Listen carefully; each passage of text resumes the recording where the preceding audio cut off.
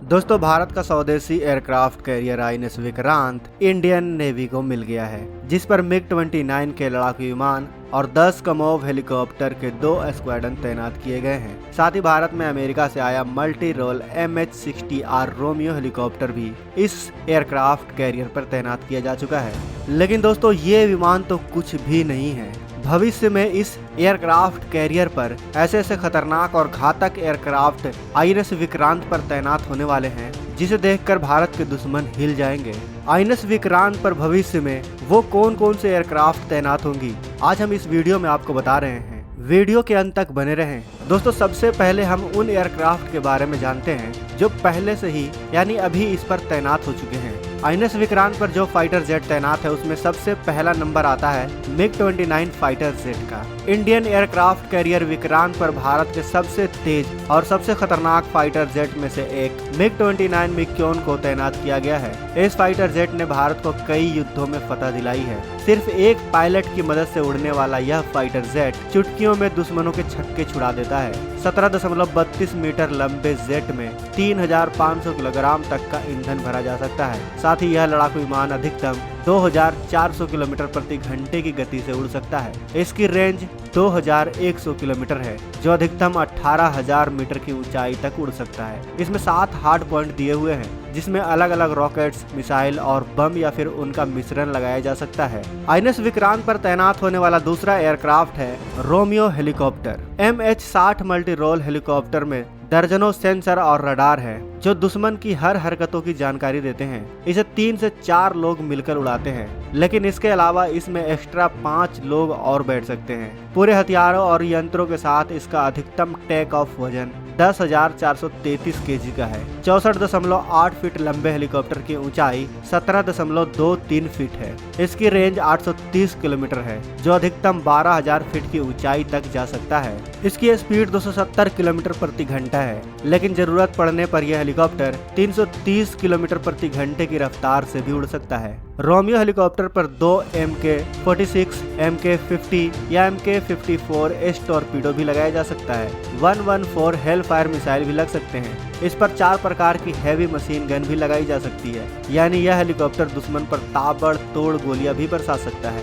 असल में यह एक एंटी सबमरीन हेलीकॉप्टर है। इंडियन नेवी इसका इस्तेमाल हिंद महासागर और अरब सागर में दुश्मन की पनडुब्बियों को खोजने और उसको नष्ट करने के लिए करता है। साफ साफ शब्दों में समझें तो अगर दुश्मन की पनडुब्बी हिंद महासागर में चुपके से घुसती है, तो यह हेलीकॉप्टर उसको ढूंढ कर मार गिराने की क्षमता रखती है। आईएनएस विक्रांत पर तैनात होने वाला जो अगला एयरक्राफ्ट है, वो है कमोव KA-27। आईएनएस विक्रांत पर कमोव हेलीकॉप्टर को भी तैनात किया गया है। इस हेलीकॉप्टर को 3 लोग मिलकर उड़ाते हैं, जो एक बार में 16 जवान या 4000 किलोग्राम का वजन लेकर उड़ सकता है। 37.1 फीट लंबे इस हेलीकॉप्टर की ऊंचाई 18.1 फीट है। साथ ही इसकी अधिकतम गति 270 किलोमीटर प्रति घंटा है, जो 980 किलोमीटर की रेंज में हमला कर सकता है। यह अधिकतम 16000 फीट की ऊंचाई तक उड़ सकता है। इसके साथ ही इसमें टॉर्पीडो, मशीन गन, 30 मिलीमीटर की कैनन या फिर बम, रॉकेट, गन पॉइंट्स या म्यूनिशंस डिस्पेंसर्स भी लग सकते हैं। अब हम जानते हैं कि आईएनएस विक्रांत पर भविष्य में वो कौन कौन से फाइटर जेट तैनात हो सकते हैं। दोस्तों, बहुत गौर से देखिएगा।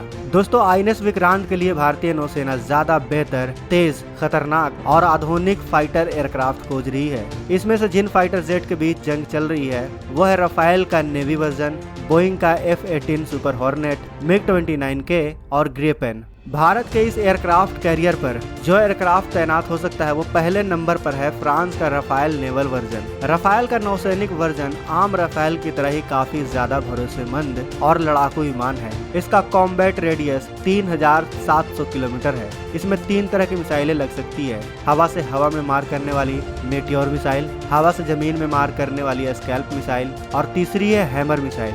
रफाल में लगी meteor missile 150 kilometre, scalp missile 300 kilometre तक मार कर सकती है, जबकि हैमर कम दूरी के लिए है। इसकी अधिकतम रफ्तार 4.5 मैक की है, जो ध्वनि की रफ्तार से लगभग दोगुना है। यह फिलहाल भारत का सबसे खतरनाक फाइटर जेट है। इसका इस्तेमाल जासूसी, सैनिकों को जमीनी सपोर्ट, लंबी दूरी तक हमला करने और दुश्मन के युद्धपोतों को तबाह करने के लिए किया जा सकता है। इसका इस्तेमाल अफगानिस्तान, लीबिया, माली, इराक और सीरिया की जंग में किया जा चुका है। दूसरा अमेरिका का F-18 सुपर हॉर्नेट। अमेरिकी company Boeing F-18 super hornet विमान को बनाती है। 60.1 फीट लंबे एयरक्राफ्ट का विंग स्पैन 44.8 फीट है। इसमें 6,667 किलो ईंधन आता है। यह 1,915 किलोमीटर प्रति घंटे की अधिकतम गति से उड़ सकता है। इसकी रेंज 2,346 किलोमीटर है। साथ ही इसका कॉम्बैट रेंज है 722 किलोमीटर। इसमें 450 केजी के 4 बम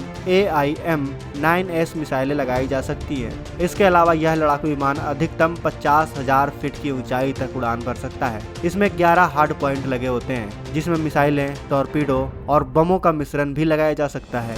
अगला एयरक्राफ्ट है रूस का MiG-29K।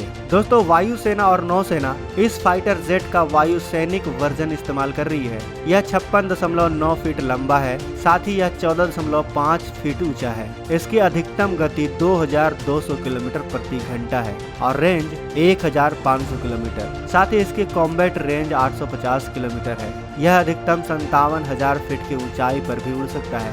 इसमें 30 mm की GSH-31 ऑटोमेटिक तोप लगी हुई है, जो 1 मिनट में 150 गोलियां दाग सकती है। इसमें 8 हार्ड पॉइंट है, जिसमें कई तरह के खतरनाक बम और मिसाइलें लगाई जा सकती हैं। दोस्तों, भविष्य में आईएनएस विक्रांत पर स्वीडन का JAS-39 ग्रेपन फाइटर जेट भी तैनात हो सकता है। भारतीय वायुसेना के लिए स्वीडन का ग्रेपन फाइटर जेट भी इस दौड़ में शामिल है।